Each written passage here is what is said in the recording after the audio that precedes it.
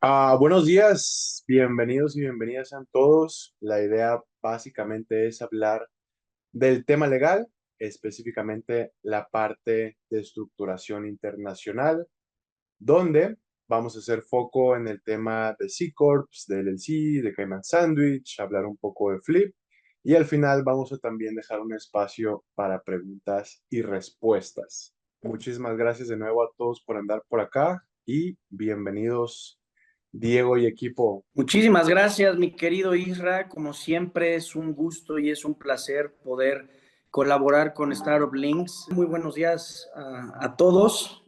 Nosotros somos SLLM, Sánchez Labrador y López Martínez. Yo soy Diego Sánchez Labrador, uno de los dos socios fundadores, y me da mucho gusto saludarles y celebrar pues sus emprendimientos. Nosotros somos un despacho boutique que está enfocado preponderantemente en el mundo de la innovación, la tecnología y el emprendimiento. Nos sentimos muy orgullosos y con mucha humildad también compartimos que representamos a 6 unicornios mexicanos, y eso, pues más que llenarnos de satisfacción, nos ha permitido aprender sobre la marcha. Y SLLM lo que hace es acompañar de manera integral 360 estas necesidades. Muchas gracias, Diego. Y de lo que vamos a hablar el día de hoy es justo de lo que es el Flip como operación integral. Creo que Diego hizo un excelente punto en el sentido de que no deberían tomar esto como si fuera solamente todo o nada. Siempre podemos adaptar ciertas partes de esta estructura a la propia operación de cada una de las operaciones, así como de las propias necesidades de las compañías. Habiendo dicho eso, pasamos a hablar de lo que es un flip, ¿no? El flip básicamente es un proceso de reestructuración a través del cual una startup latinoamericana o de cualquier otro lado de donde venga la operación lleva a cabo el movimiento o la reubicación de su sede corporativa principal a una jurisdicción que los beneficie más, que sea un poco más favorable, y ya puede ser esto Estados Unidos directamente o en las Islas Caimán, como más adelante platicaremos. Este proceso se realiza principalmente para acceder a mercados de capital más amplios, con lo que todo esto implica, ¿no? Los mercados de capital más amplios pueden tener beneficios, como su nombre lo dice, de inversión, de levantamiento de deuda.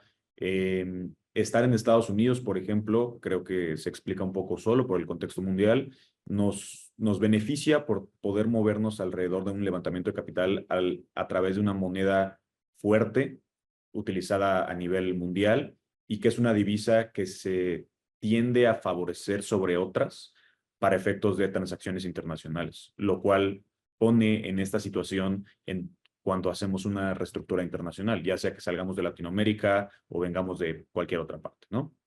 Ahora hablemos del cómo. ¿Cómo se hace un flip? El flip puede tener muchas etapas distintas a las propuestas, pero podemos aterrizarlas en estas 6. En primer lugar, tenemos que llevar a cabo la planificación. Como cualquier operación corporativa, operativa o de cualquier tipo, la planificación es clave, puesto nos dará las posibilidades y la información completa para entender nuestros alcances y los efectos que podría tener la ejecución de esta operación. En ese sentido, la planificación básicamente implica la investigación de ventajas competitivas del mercado a donde estemos entrando. En este sentido, estas ventajas básicamente son las que ya hablamos en la diapositiva pasada. En caso de Estados Unidos, son estas ventajas de levantamiento de capital, uso de divisa fuerte, etcétera, etcétera. Pero también del marco regulatorio favorable para la operación como tal. Esto depende mucho de si tu movimiento o reestructuración corporativa también implica no solo moverte a Estados Unidos y eventualmente a Caimán en dado caso, sino también operar tal vez también en Estados Unidos, ¿no? Tal vez las ventajas competitivas no nada más son del lado de capital, sino también regulatorio. En un segundo paso tenemos la elección del país del destino, ¿no? Una vez hecho la investigación y las ventajas competitivas, tendremos que escoger la jurisdicción en donde constituiremos la holding, ya sea la de segundo nivel o un tercer nivel, como más ahondaremos un poco más adelante, pero básicamente es esto, ¿no? Escoger en qué jurisdicción vamos a incorporar la holding. Y como paso lógico tercero, pasaremos al establecimiento de la entidad legal. Esto implica la incorporación de una nueva entidad, incorporación básicamente por un anglicismo, cuando en realidad en Latinoamérica se considera más una constitución de una entidad, la creación de una entidad, pero básicamente es esto, ¿no? Llegar con el Estado, el gobierno aplicable, solicitar la creación de una nueva entidad con personalidad jurídica propia, para que a través de ella ejecutemos la reestructuración internacional a manera vertical de las entidades que tenemos creadas y que forman el grupo corporativo, ahora grupo corporativo, de la operación de cada una de las startups, ¿no? Por otro lado, tenemos que tomar en cuenta también las aprobaciones regulatorias que podrían llegar a ser aplicables. Esto implica las autorizaciones, licencias o cualquier cumplimiento local que pudiera llegar a ser aplicable. Normalmente, este cumplimiento local se queda en el tema de constitución, ¿no? Que si darle información al Estado sobre los beneficiarios controladores, que si cumplir con las regulaciones locales o compliance en términos de creación de la entidad, pero esto puede extenderse si es el caso que la operación o la entidad como tal planea operar en la jurisdicción de incorporación, ¿no? Pongamos un ejemplo, en Estados Unidos, si te incorporas, pero también tratas o pretendes operar, habría que checar la propia operación de la empresa para efectos de determinar si es necesario por estado, que es la diferencia en Estados Unidos con la mayoría de nuestros países latinoamericanos. La regulación local por estado podría requerir tener licencias adicionales. Un ejemplo perfecto sería para términos de muchas entidades fintech. El uso de criptomonedas en ciertos estados está altamente regulado y requiere de licencias adicionales para poder llevar a cabo operaciones directa o indirectamente, dependiendo del caso, a través de la solicitud de licencias con el propio estado, ¿no? Por otro lado, tenemos que hablar también de la transferencia de activos. La reestructuración internacional o la ejecución del flip no solamente se queda en llevar a cabo la creación de nuevas entidades e interconectarlas de manera vertical, ¿no? También se tiene que tomar en cuenta la transferencia y la reestructura de activos clave. Es decir, podemos dar ejemplos como dónde se tiene la tenencia o la legitimación de la propiedad de un registro marcario, por ejemplo, ¿no? Podemos dejarlo en el país operativo, por ejemplo, en México, en Colombia, en Chile, o podemos hacer esta transferencia a nivel local en favor de la entidad que acabe siendo la holding, ¿no? Estas partes de transferencia de activos clave, ¿qué se considera activos clave? Evidentemente dependen de la propia operación de la entidad, del propio giro comercial, pero también pueden llegar a ser requeridos posteriormente por el fondo de inversión a través del cual se esté llevando a cabo las operaciones de levantamiento de capital, por ejemplo.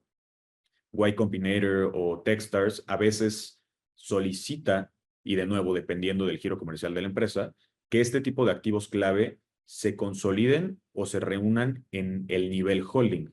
Este proceso tendrá que acompañar, evidentemente, la ejecución del flip, pero de nuevo también depende de las propias particularidades de cada una de las empresas, ¿no? Finalmente, es importante tomar en cuenta costos y tiempos.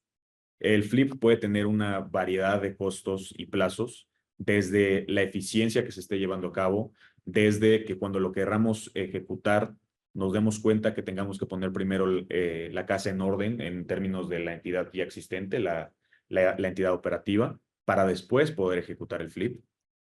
También hay que tomar en cuenta que es importante proyectar adecuadamente y no estar corriendo para efectos de si tenemos un programa de aceleración, por ejemplo, con aceleradoras, vale la redundancia, estadounidenses tipo Techstars, Y Combinator, algo por el estilo, y sabemos que es en febrero, por ejemplo, el inicio del proceso, donde ya tendríamos que haber entregado todos los documentos, es importante proyectar con tiempo porque estas son cosas que no pueden acelerarse de un día a otro, y más importante aún, aunque estuviéramos en la posibilidad de hacer las diligencias necesarias para que salga de una manera acelerada y en tiempo, es importante entender que esto conlleva el riesgo paralelo de que estaríamos corriendo y cuando vas corriendo te puedes tropezar. La idea es que vayas tan blindado como sea posible, entiendas por completo todos los documentos que estás leyendo y entiendas tu estructura final corporativamente hablando de manera internacional y con proyección local, que es donde tendrías la operación. Ahora bien, ¿cuáles son las etapas, las partes o la estructura del Cayman Sandwich, ¿no? El Cayman Sandwich es una estructura legal corporativa que consiste de 3 capas principales. Una sociedad holding, una broker, como normalmente se le conoce, y una sociedad operativa, ¿no? La sociedad operativa es la que ya se tiene, la que tenemos en México, Latinoamérica, en donde quieras, ¿no? La parte importante a tomar en cuenta es qué vamos a tener hasta arriba, qué va a acabar siendo mi holding. En este caso, en una estructura completa del Cayman Sandwich, la holding acaba siendo efectivamente eso, una entidad constituida de acuerdo a la jurisdicción de las Islas Caimán. Normalmente referida como una sociedad limitada o una Cayman Limited, la sociedad matriz, la Cayman Limited, adquiere la totalidad de la participación de una sociedad intermedia que acabaría siendo una LLC o una C Corp. En este caso, el 99% de las veces es ideal que sea una LLC debido a su propia naturaleza transparente, es decir, se considera que todo lo que entra a la LLC es parte de la holding. Este punto en específico se hablará más adelante, pero este justo es la segunda etapa, ¿no? La segunda capa. La LLC de Delaware o de cualquier otra jurisdicción o estado que se considere más benéfica dentro de los Estados Unidos, Texas, Florida, lo que ustedes acabarán decidiendo como preferencial, actúa como un blocker o un punto intermedio entre la holding y la sociedad operativa. Finalmente, de nuevo, tenemos la sociedad operativa, que podría ser la mexicana, Chile, Ecuador, Colombia, lo que sea, ¿no? Y justamente estas 3 capas son verticales. Tenemos la holding hasta arriba, la LLC como intermedia y la operativa hasta abajo. ¿Dónde se consolidan las inversiones, el capital y todo lo aparentemente importante? Es hasta arriba, a nivel holding. Ahí van a tener su cap table final, a todos los accionistas. En la LLC, el único miembro, el único dueño de la participación accionaria o de los intereses de propiedad es la propia holding y, consecuentemente, el único dueño, dependiendo de la jurisdicción de la que estemos hablando, de la operativa, tendría que ser la LLC. ¿Por qué digo que depende de la jurisdicción? Pues, por ejemplo, en México no nos permite tener sociedades uniaccionistas. Tendremos que tener mínimo 2 socios. Entonces, el 99.99% de las acciones sería propiedad de la LLC y esa acción única adicional sería tal vez parte de propiedad de alguno de los fundadores, tal vez de los 2 fundadores, 3, los que fueran, pero con mecanismos implementados para que en caso de que estos hagan salidas, se transmita en favor de X o Y persona para efectos de no tener volando una firma, decisiones, necesidad de formalizaciones a nivel operativo, ¿no? Que es cuando tendemos a protocolizar o a formalizar más movimientos, por ejemplo, levantamientos de capital, que es donde bajan desde la Caimán, etcétera, etcétera, ¿no? Por último, es importante tomar en cuenta las ventajas y particularidades importantes a tomar en cuenta al momento de ejecutar este tipo de operaciones. El Cayman Sandwich, como estrategia fiscal internacional, tiene ciertos objetivos principales. Principalmente es evitar pagar ciertas imposiciones tributarias que podrían aplicar en Estados Unidos, en México o a través de cierto tipo de operaciones. Por ejemplo, en las Islas Caimán no se impone un impuesto o retención respecto a lo que sería aplicable como ISR, impuesto sobre la renta o sobre el ingreso, la distribución de dividendos o la venta de capitales como tal, es decir, las acciones. Este tipo de estrategia fiscal aprovecha tratados internacionales de materia tributaria para evitar la doble tributación también. Y la idea también es poder utilizar y manipular hasta cierto punto los precios de transferencia de tus activos a través de este proceso de incorporación del Cayman Sandwich para tener los mayores beneficios para la operación, ¿no? Sin embargo, es importante mencionar que aunque esto es cierto, debe coordinarse íntimamente con el equipo financiero y contable que tendrá conocimiento pleno sobre cómo llevar a cabo este tipo de manipulaciones y reporteo contable aplicable, ¿no? ¿Qué es la parte importante a tomar en cuenta en términos prácticos del Cayman Sandwich? En la holding, como ya lo habíamos dicho, se reúne el capital, se canaliza a través de la entidad de Estados Unidos y se usa en la entidad latinoamericana. Los beneficios desde la latinoamericana, es decir, ya que llevas a cabo tu operación y tienes utilidades que quieras repartir a través de dividendos, se hacen a sus accionistas, que en este caso serían 99.99 la LLC o la entidad de Estados Unidos.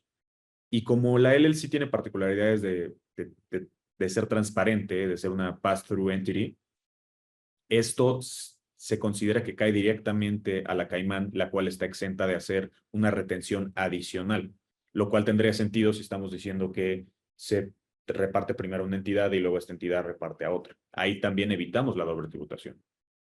Por último, antes de dejarlos con la licenciada Marinés Rodríguez, la idea que tienen que tener en cuenta es que esta estructura, independientemente de que sea un Cayman Sandwich completo o una Delaware tostada, como a veces se le conoce, el objetivo principal es minimizar la imposición durante la operación y ante un exit event, un evento de salida, ya sea de levantamiento de capital, de compra de la entidad, de un merger tal vez, para efectos de evitar una doble tributación.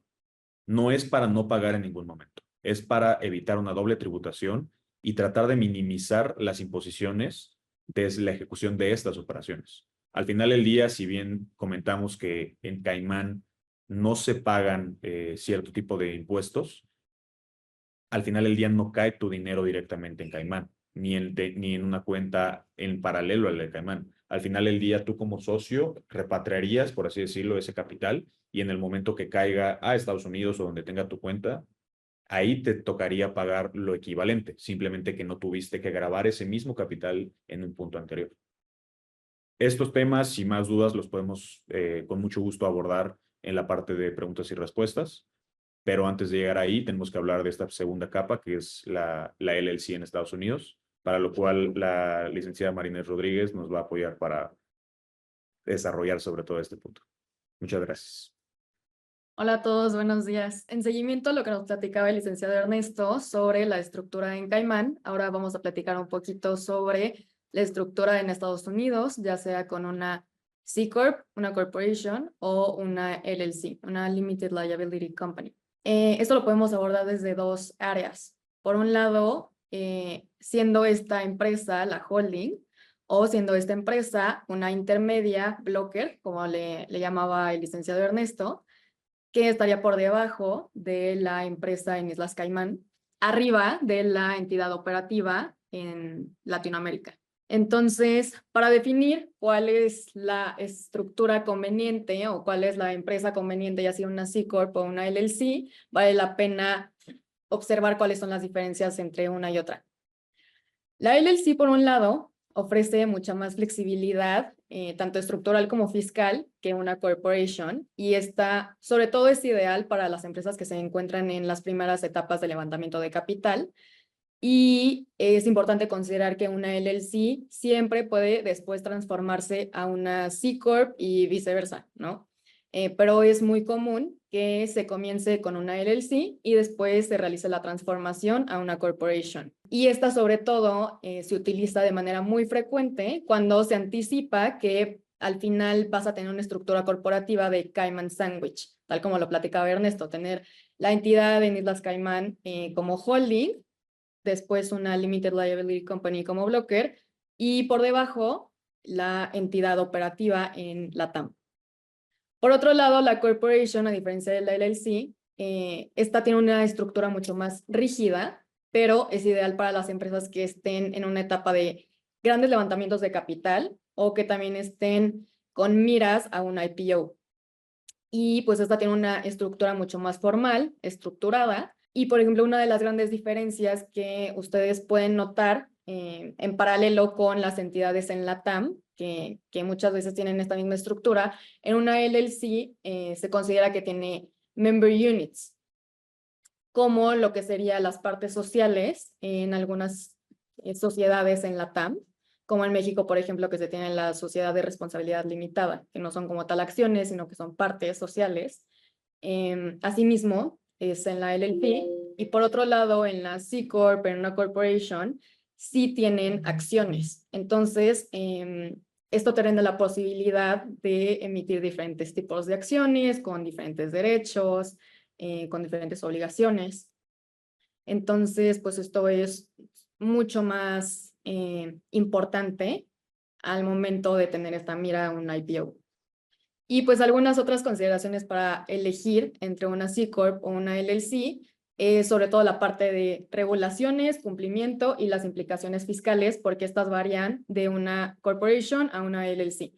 Por un lado, las C Corp enfrentan muchas más implicaciones de regulaciones y requerimientos de transparencia, lo que implica también para la empresa pues más gastos, más costos, y que tengan pues más presente todas estas regulaciones y obligaciones con las que debe cumplir, a diferencia de una LLC. Por otro lado, y de implicaciones fiscales, las LLC son más friendly en el sentido de que estas son empresas pass-through. O sea, los impuestos fluyen hacia los propietarios y no se tiene la carga fiscal en la empresa, ¿no? Entonces evitamos la parte que platicaba Ernesto anteriormente de la doble tributación.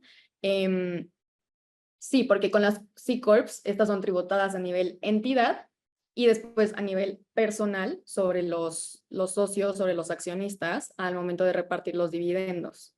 Entonces, en este sentido, una LLC es mucho más amigable, pero la C Corp ofrece mayor estructura y formalidad.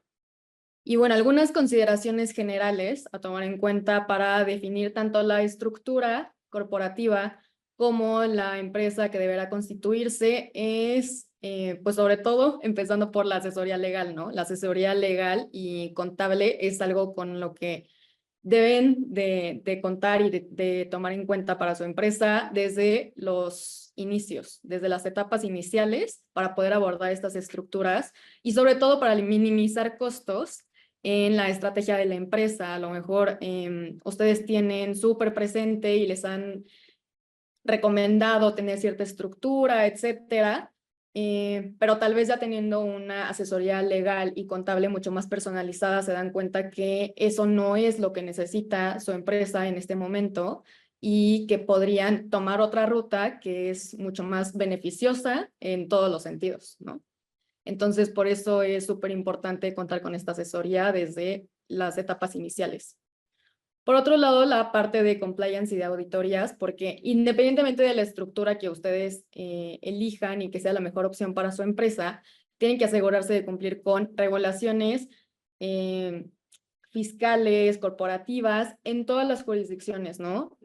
Ya no nada más hay que cumplir con las obligaciones de la holding, ya sea en Caimán o ya sea en Estados Unidos, no, hay que cumplir con la parte regulatoria de la jurisdicción en donde se encuentren cada una de las empresas subsidiarias también. Entonces hay que tomar muy en cuenta todo eso para no caer en un incumplimiento y a lo mejor en penalizaciones o multas.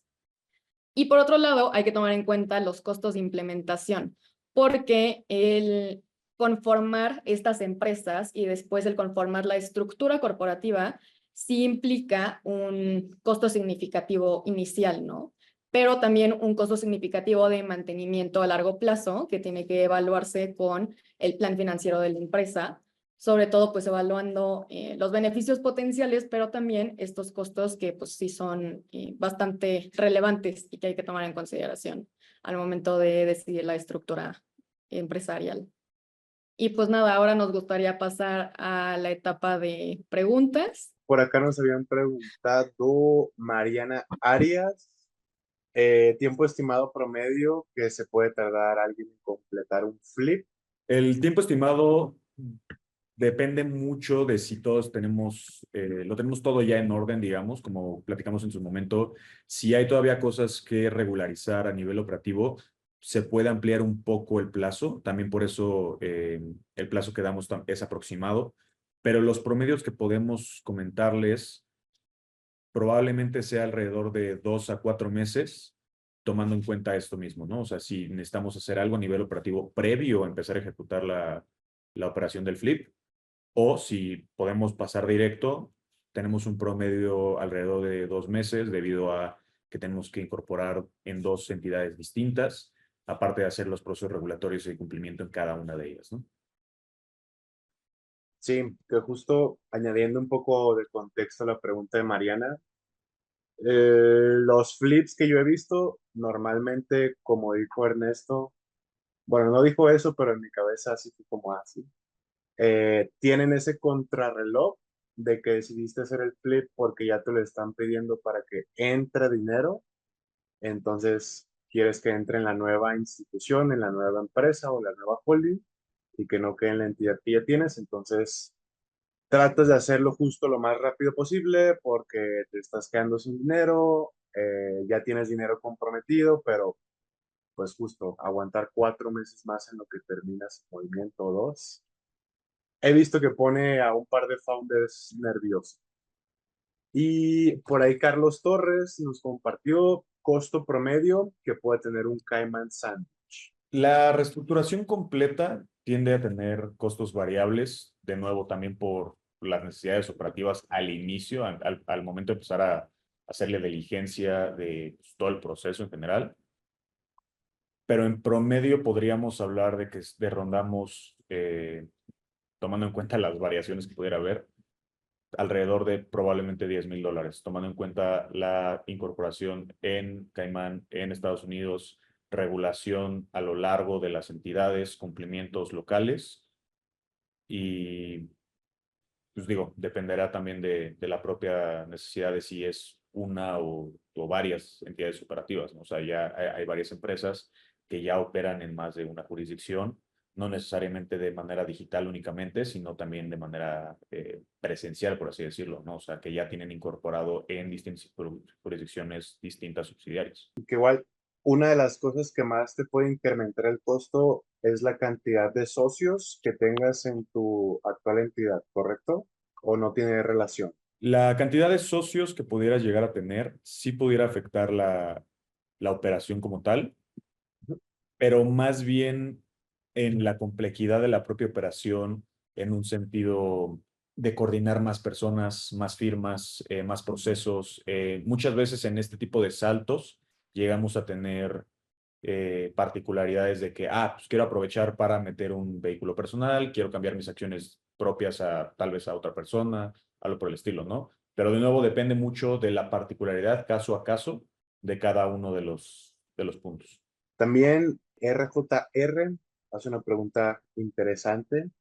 Dice sobre el registro de la propiedad intelectual, si ya está en nuestro país en la TAM, únicamente es necesario realizar un contrato privado de transferencia de propiedad a la nueva entidad o toca un nuevo registro en el país o depende de lo que buscan los inversionistas.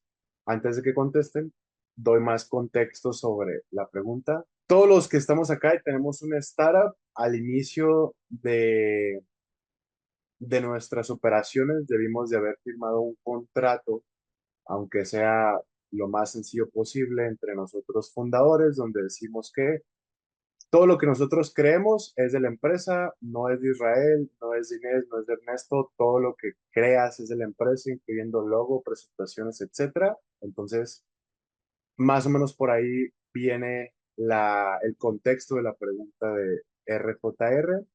Sí, a la hora de hacer este flip o a la hora de crear tu estructura legal internacional, con un contrato de transferencia de propiedad intelectual, ¿funciona o tienes que hacer, dice, toca un nuevo registro en el país o depende de lo que buscan los inversionistas? Sí, Isra, es súper importante lo que tú mencionas, este contrato, pero también la realidad es que muchas veces hemos observado que ya empiezan con el registro de marca, que es lo primero que tienen, desde antes también de tener este contrato de asignar toda la propiedad intelectual a la empresa, ¿no? Pero es muy importante que cuenten con este contrato y también para sus colaboradores.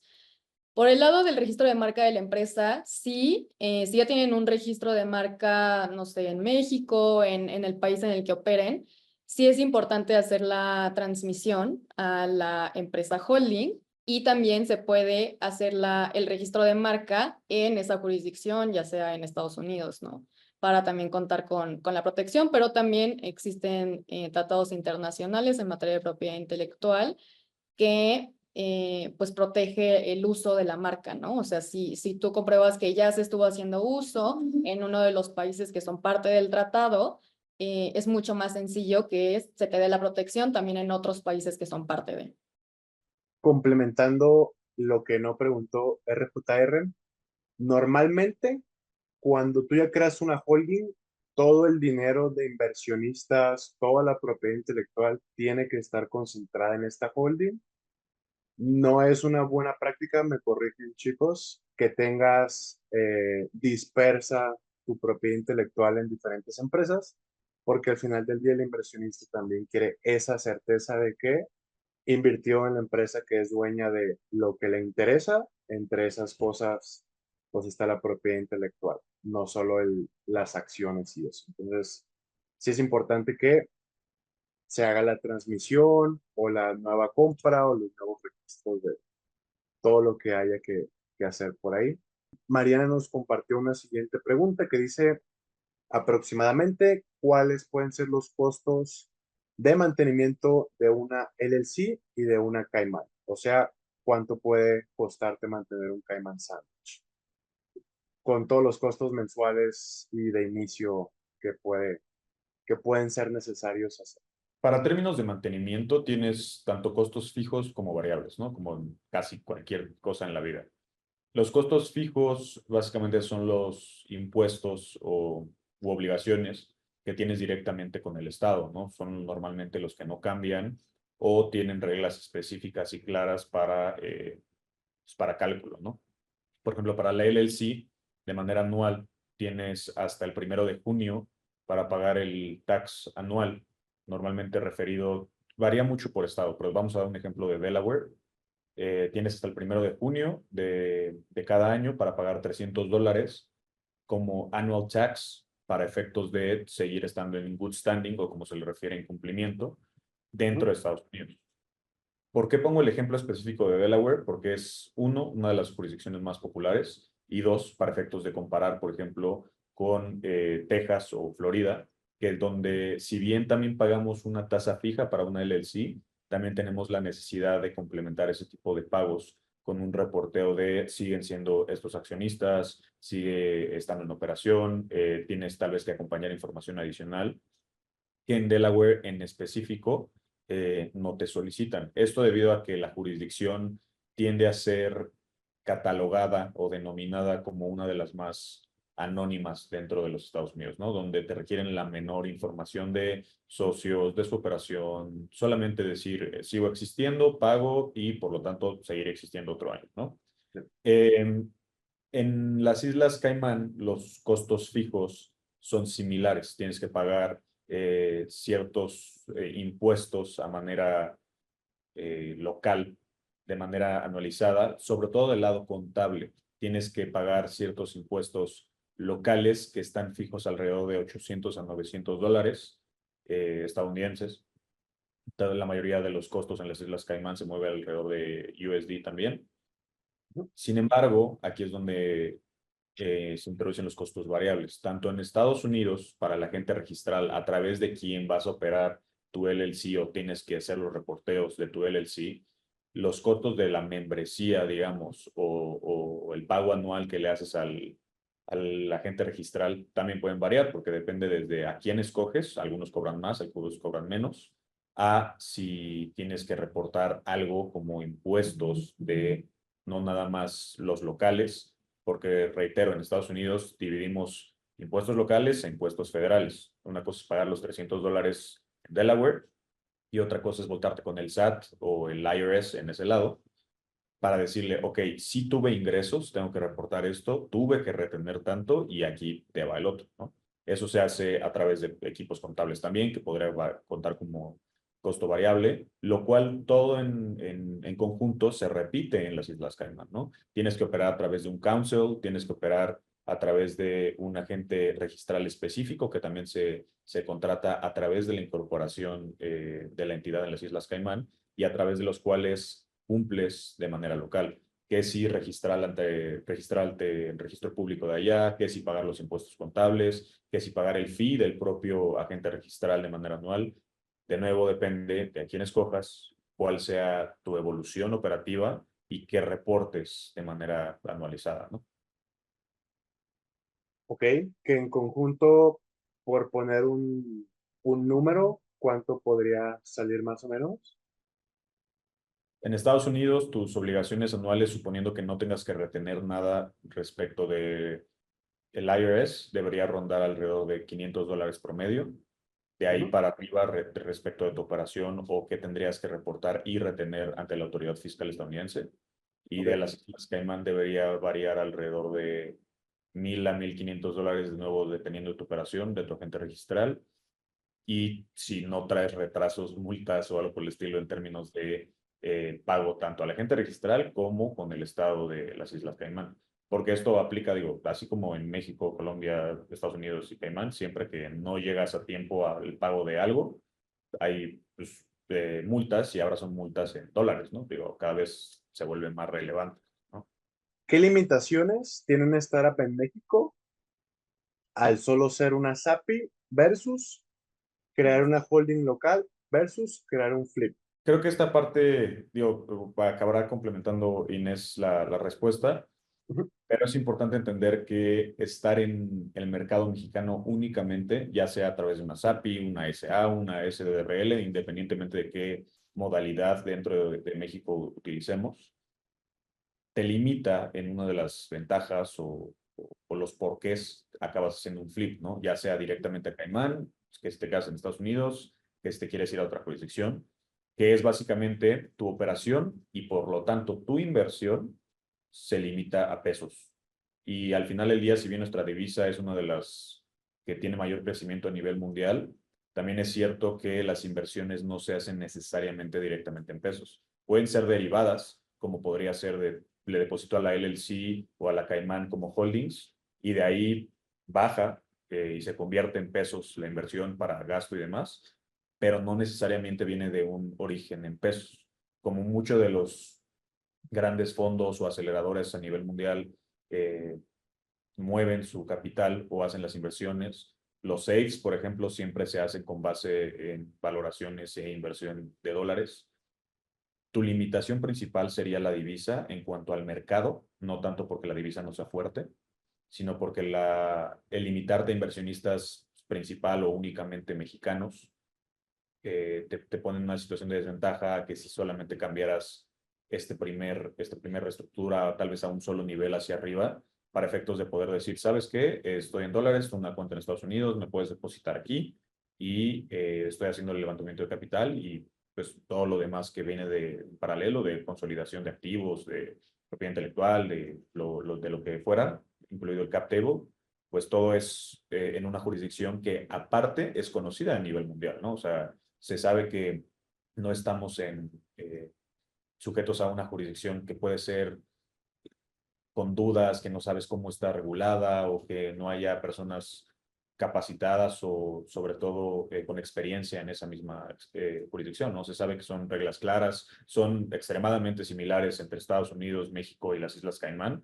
Entre México y Estados Unidos pues, porque estamos al lado y muchos de nuestros procesos son similares y no es que copy-paste para efectos de facilitar procesos comerciales. Y para Estados Unidos y las Islas Caimán es por justo la cercanía, que las Islas Caimán copia el sistema legal y corporativo principalmente de California, que acaba siendo un modelo para todo Estados Unidos. Entonces, básicamente tenemos reglas bastante estandarizadas alrededor de las tres o a través de las tres jurisdicciones.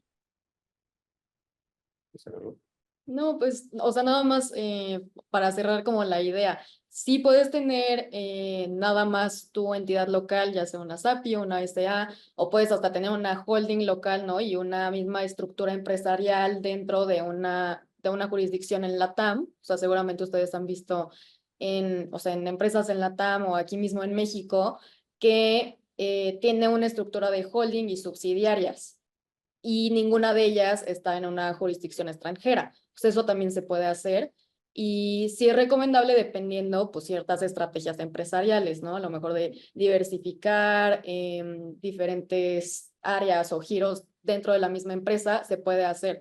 Pero sí, como lo mencionaba Ernesto, al final el beneficio de tener una holding en el extranjero de tener esta estructura internacional es que pues te da ese beneficio de atraer a inversionistas que son pues más institucionales, ¿no? Y que pueden hacer una aportación pues mucho más atractiva, porque al final lo que ellos quieren es tener esa seguridad de que tú alojas todo el capital, a lo mejor en una jurisdicción que es más, o sea, más segura o que trae otros beneficios, ¿no? Como pues estos beneficios fiscales y pues alojar ahí todos los activos.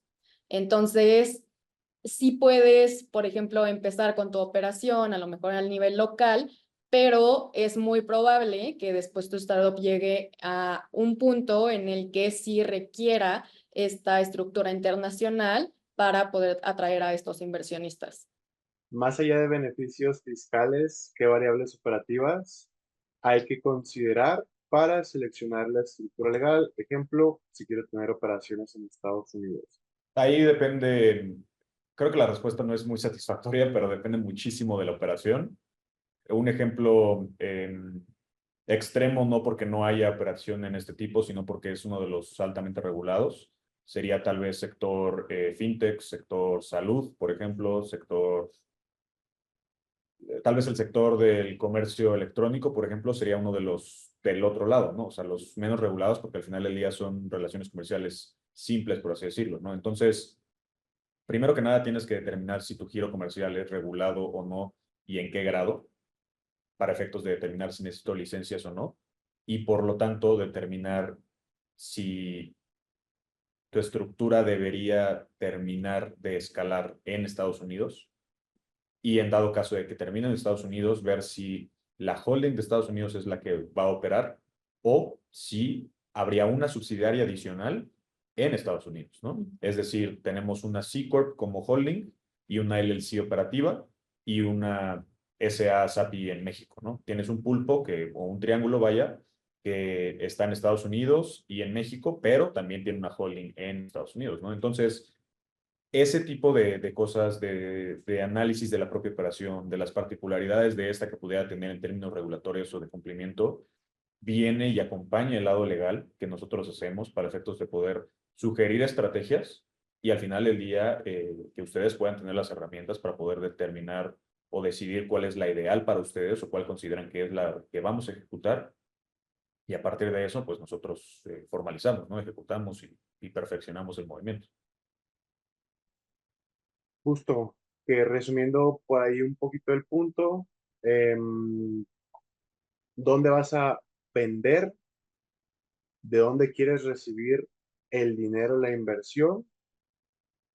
Y probablemente lo conecto con la pregunta que por acá ponía CAA. ¿Cómo crees que pueda ser la salida de esa empresa? Que haciendo zoom en esta pregunta, dice, cuando levantes la primera ronda de capital de VC, combinando España y Estados Unidos, y la startup es mexicana, ¿dónde es conveniente hacer la holding? Que ahí sé que la respuesta es mucho, depende y si es muy personalizado, pero por favor.